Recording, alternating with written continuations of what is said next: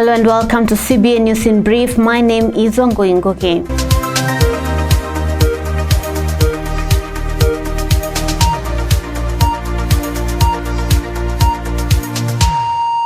Uganda Airlines will soon add into its schedule 9 new routes, including Kinshasa, Zanzibar, Amara in Eritrea, Hargeisa Somaliland, Lusaka, Harare, Johannesburg, Djibouti, and Addis Ababa.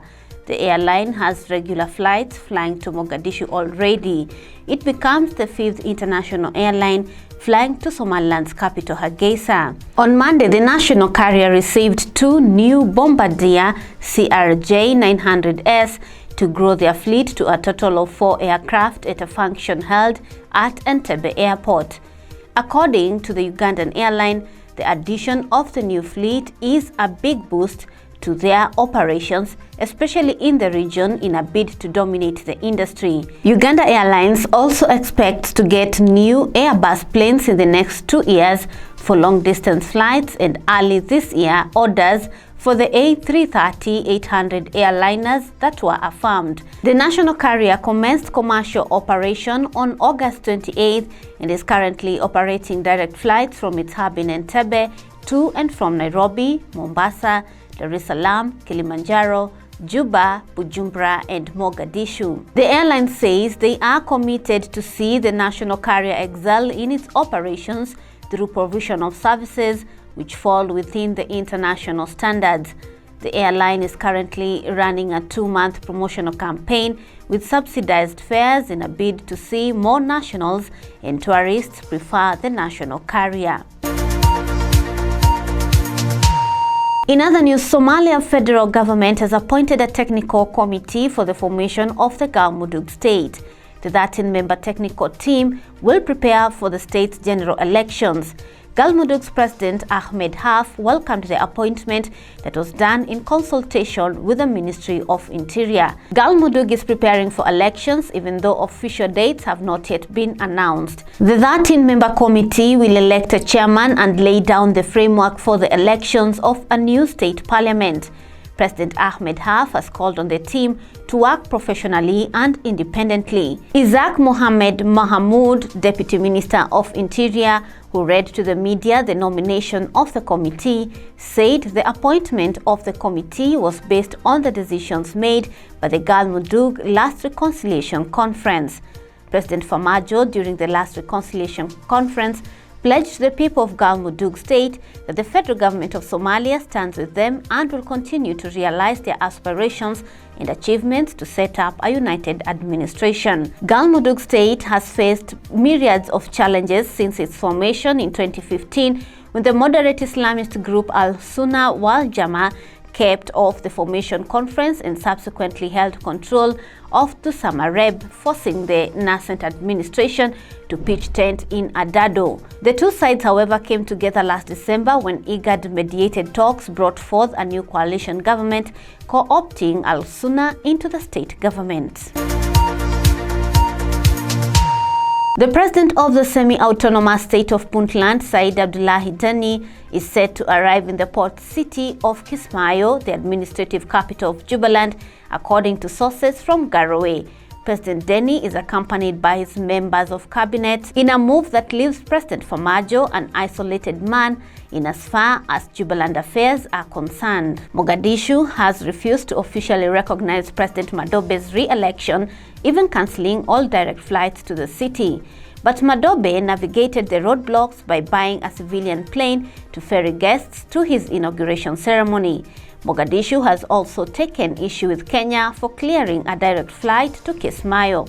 The tug of war between Jubbaland and Somalia's President Mohamed Abdullahi Farmajo, who is in the running for re-election in 2021, is causing challenges to the latter despite his relatively good performance since when he was elected to the House on the Hill in 2017. However, he does not have good relations with the federal states, Jubbaland, Puntland, and Galmudug, and his efforts to make the center stronger than the periphery has earned him both friends and enemies, especially given that the 2012 Provisional Constitution provides for a federal system not a centralized one.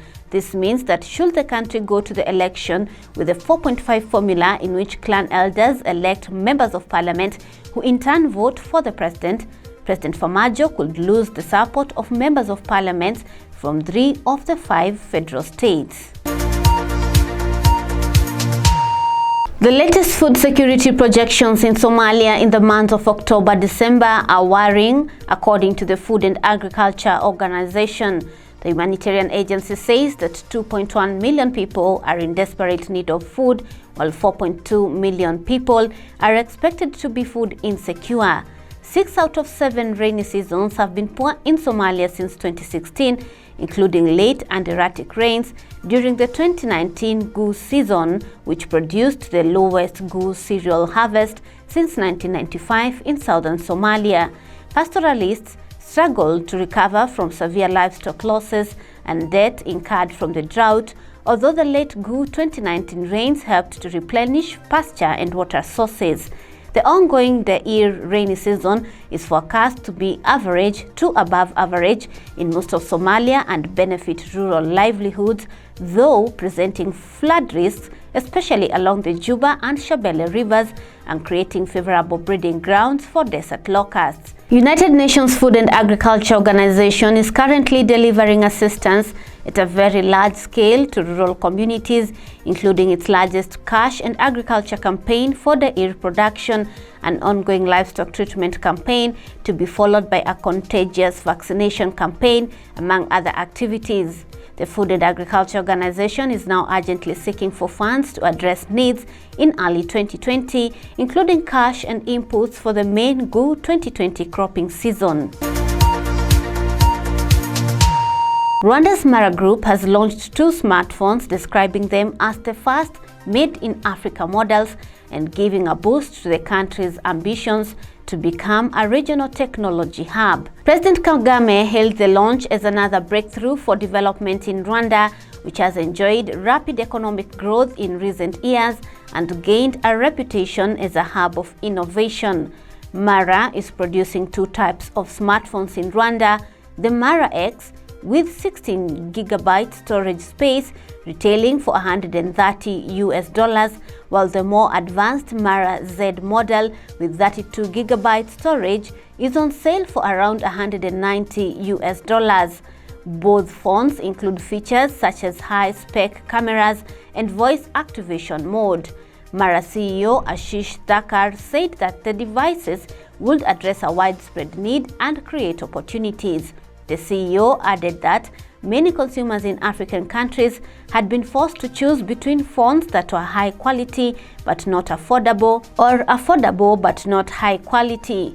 Thakkar also stressed that his company's commitment to supporting development in Rwanda, noting that 90% of the 200 factory employees are Rwandans and 60% are women. The mobile phones are entirely homemade, since the product is produced and assembled in Rwanda. While the initial target market is domestic, the company is also hoping to cultivate export markets for its product. Thank you for watching CBA News in Brief. Join Eunice Deco tonight with more and detailed news.